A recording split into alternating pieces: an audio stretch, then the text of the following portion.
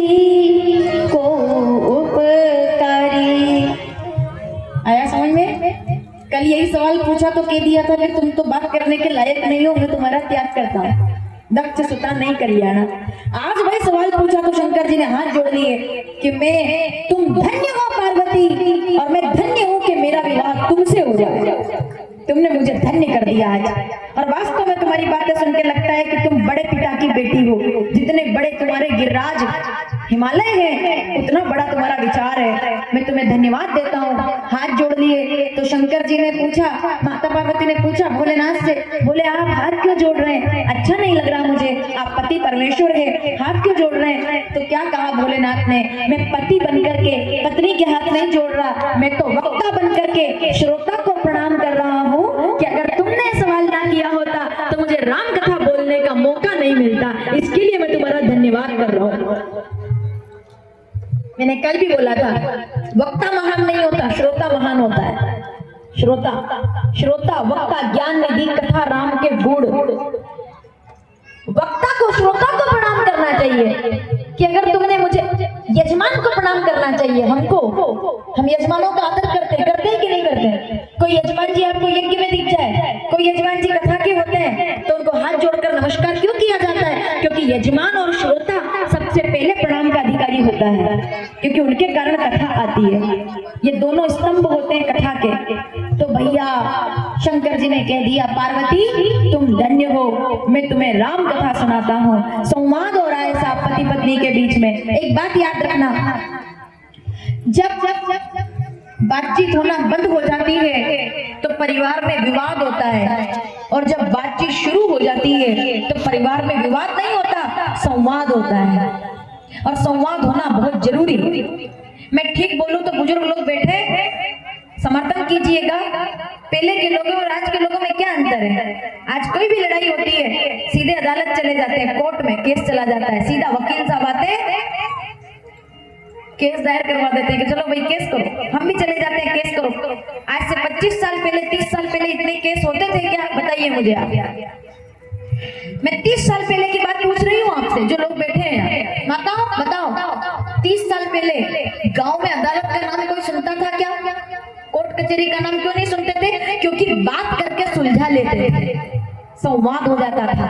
दो भाई अगर लड़ते भी थे, ऐसा नहीं है कि पहले लड़ते नहीं थे, लड़ते पहले भी थे, पर बैठते थे, पंचायत लग जाती थी, गांव के बूढ़े लोग सामने बैठ जाते थे, समझौता करवा देते थे, बात खत्म हो जाती थी। आजकल क्या करते, अंदर ही अंदर विस्फोट बनाते हैं उसका, और जब आपस में बात नहीं कर पाते तो नीले ड्रम के अलावा और कुछ भी नजर नहीं आता। अब नीले ड्रम की कहानी बहुत खतरनाक है। जब मोबाइल टीवी वगैरह देखते होंगे उनको तो नीला ड्रम भी सपने में दिखता होगा, डर जाते होंगे वो। क्यों हो रही है घटनाएं परिवार में? पत्नी पति का मर्डर कर रही है, बताओ, हाथ पैर काट करके नीले ड्रम में सीमेंट में जमा दिया उसको। क्यों? क्योंकि बात नहीं हो पाई। मुझे बताइए आप, हमारे पुराने लोग जो बात करते थे कि परिवार में दादा होना चाहिए, दादी होनी चाहिए, चाचा होने चाहिए, चाची होनी चाहिए, ताऊ जी होने चाहिए, ताई जी होने चाहिए, भरा पूरा परिवार रहता है, तो ये समस्याएं पहले होती नहीं थी। अब एक घर के अंदर केवल 2 लोग रहते हैं, लड़ाई हुई, काट पीट कर खत्म मामला, वहां का वहीं छुपा दिया। क्यों? क्योंकि पूछने वाला, रोकने वाला, टोकने वाला, समझाने वाला कोई है ही नहीं। बूढ़े लोगों को सुनना बंद कर दिया। माफ कीजिएगा, मुझे नहीं पता कितने लोगों को मेरी बात अच्छी लगेगी या नहीं। लाखों रुपए दे करके अब आप ये समझ लो कि मैं आपके परिवार की बेटी हूँ। मैं कोई संत साध्वी महामंडलेश्वर बन करके आपसे कथा बोलने नहीं आई है। मैं आपके परिवार की बेटी बन करके कड़वी बात आपसे बोल रही हूँ। लाखों रुपए दे करके पंडितों से, मैं भी पंडित हूँ, ब्राह्मण कन्या हूँ, नागर ब्राह्मण हूँ। कितने नागर ब्राह्मण बैठे होंगे यहाँ, शर्मा परिवार। मैं आपके परिवार की बेटी हूँ, हम सब एक ही। और मैं तो ये नहीं कहूंगी कि एक ही जाति के, जाति समाज छोड़नी पड़ेगी, ये सब चीजें अब सब छोड़ना पड़ेगा, सब बातें खत्म करनी पड़ेगी। कोई पूछे कि कौन हो तो बोलना पड़ेगा मैं हिंदू हूँ, और यही मेरी पहचान है। हिंदू से बड़ी मेरी कोई जाति नहीं है। ना तो मैं ब्राह्मण हूँ, मैं ना क्षत्रिय हूँ, ना मैं शूद्र हूँ, ना मैं वैश्य हूँ। अब भी टाइम है। अगर इन चीजों को नहीं खत्म किया जाएगा तो मोबाइल उठा करके देख लो, आज अगली बार कश्मीर घूमने के लिए जाओ तो सोच समझ करके जाना करना पड़ेगा कि हिंदू को जाना चाहिए कि नहीं जाना चाहिए। 30 लोग गोली मार करके हत्या कर दी गई है। उनसे नाम पूछा उनका, ये नहीं पूछा कि तुम यादव हो क्या, कि तुम जाट हो, कि तुम नागर ब्राह्मण हो, कि तुम क्षत्रिय हो, कि तुम शूद्र हो, कि तुम वैश्य हो, कि तुम बिहार से आए हो, कि तुम उत्तर प्रदेश से आए हो। नहीं, हिंदू हो, गोली मारकर खत्म। कश्मीर की बात है, कल 2 बजे पहलगाम, जहाँ लोग घूमने के लिए जाते हैं, कल की बात बता रही हूँ मैं आपको। अगर मोबाइल वाले लोग हो तो पहलगाम सर्च करना, रोंगटे खड़े हो जाएंगे आपके। 2.5 साल का बच्चा उसके पिता के शव के ऊपर बैठा हुआ है, गोली मारी उसको और उसको बोला आतंकवादी ने। उसकी पत्नी माताओं, 6 दिन पहले शादी हुई थी, अभी हनीमून मनाने के लिए गए थे कश्मीर। मतलब कैसे? वो 6 दिन पहले शादी हुई उस लड़के की, 26 साल की उम्र है, और उसकी पत्नी से पूछा कि क्या तुम्हारा नाम है? उसने बताया नाम हिंदू। गोली मार दी। तो उसकी पत्नी ने कहा कि मैं जी के क्या करूंगी, तुमने मेरे को विधवा बना दिया, 6 दिन बाद मेरे को गोली मार दो। तो उसने बोला कि नहीं, तुम जाओ और जाकर के बताओ अपने नेताओं को कि हमने गोली मारी है तुमको, क्योंकि तुम कश्मीर घूमने आए। ये स्थिति है। ये कोई छोटी मोटी ये कथाएं, ये पंडाल, ये हम जैसे लोग, ये हमारी सिक्योरिटी, ये यज्ञ, ये कुछ भी नहीं रहेगा, कुछ भी। अगर हिंदुत्व नहीं रहेगा, अगर हिंदू होने का भाव नहीं रहेगा, ये जातियां, छोटा बड़ा, यादव जाट गुजर, नाम पूछ करके नहीं गोली मारते हैं वो लोग। हिंदू है, गोली मार दो।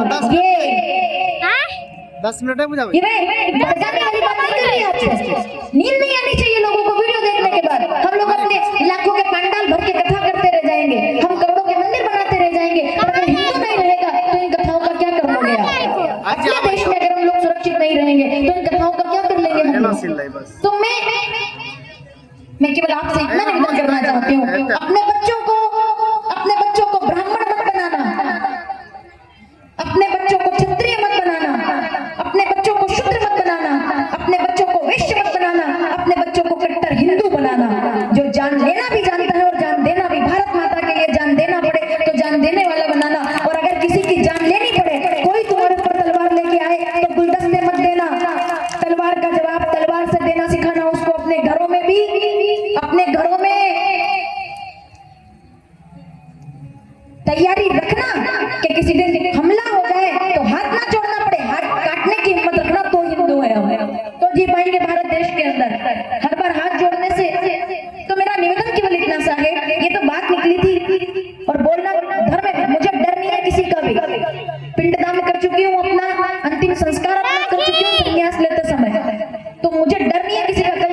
कल गोली मारता हूँ, आज गोली मार दे, लेकिन अगर 4 हिंदू भी हम पंडाल में बैठकर नहीं जगा सके तो इन पंडालों को भरने से कोई मतलब नहीं है, अगर हमारे अंदर का हिंदुत्व न जाग सके।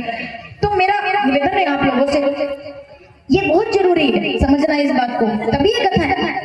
मेरे कहने का निवेदन ये था, हो सकता है आपको मेरी बात अच्छी लगे ना लगे, लाखों रुपए देकर के पंडितों को, विद्वानों को, संतों को, बाबाओं को सुनने के लिए तैयार है, लेकिन अपने घर के बूढ़े दादा को सुनने के लिए कोई तैयार नहीं है। ये सबसे ज्यादा खतरनाक बात है। अपनी दादी को सुनने के लिए तैयार नहीं है, ये ज्यादा खतरनाक बात है। लाखों रुपए का पंडाल लगाकर हमसे कथा सुनने के लिए तैयार है, लेकिन अगर बाबूजी कल्याण का अंक खोलकर, कल्याण पढ़े होंगे आप लोगों ने, आप में से कई लोग कल्याण पढ़कर, कल्याण मतलब जानते हैं? आप तो जानते होंगे, आज की जनरेशन के लिए कल्याण मतलब व्हाट्सएप, उसी में सब ज्ञान मिल जाता है। अगर बूढ़े दादाओं को सुन लिया जाए तो कभी केस लगाने के लिए वकील साहब के पास जाने की जरूरत नहीं पड़ेगी। जिन घरों में, मैं ठीक बोलूं, आप जानते हैं मैं खुद का विरोध कर रही हूँ, मैं खुद के विरोध में बोल रही हूँ, हमें सुनने की जरूरत नहीं पड़ेगी आपको। अगर अपने घर के बूढ़े दादाओं को आप सुनने लग जाएंगे, अपने पिताजी को सुनने लग जाएंगे, अपने घर में दादा दादी को आप सुनने लग जाएंगे, उनको सुनना हमने बंद कर दिया, इसलिए ये सब सुनना पड़ रहा है, बाहर जाके सुनना पड़ रहा है। विवाद होते हैं उन घरों में जिन घरों में बूढ़ों को नहीं सुना जाता, और संवाद होते हैं उन घरों में जिन घरों में बूढ़ों को सुन लिया जाता है, बुजुर्गों को सुन लिया जाता है, दादा को सुन लिया जाता है, वहाँ संवाद होते हैं। पार्वती तुम धन्य हो, तुमने आज संवाद किया है, तुमने संवाद के लिए कथा प्रारंभ की है, मैं तुम्हारा धन्यवाद। धन्य धन्य गिरिराज कुमारी, तुम समान नहीं को उपकारी, तुम धन्य हो, तुमने संवाद किया है। जिस परिवार में माताओं संवाद होता है वहां विवाद नहीं होता, समझ गए? हो सकता है लड़ाइयाँ होगी, होनी चाहिए, मतभेद हो सकता है, मनमुटाव हो सकता है, पर उस चीज को बढ़ने मत दो, बात करो। बहू की कोई बात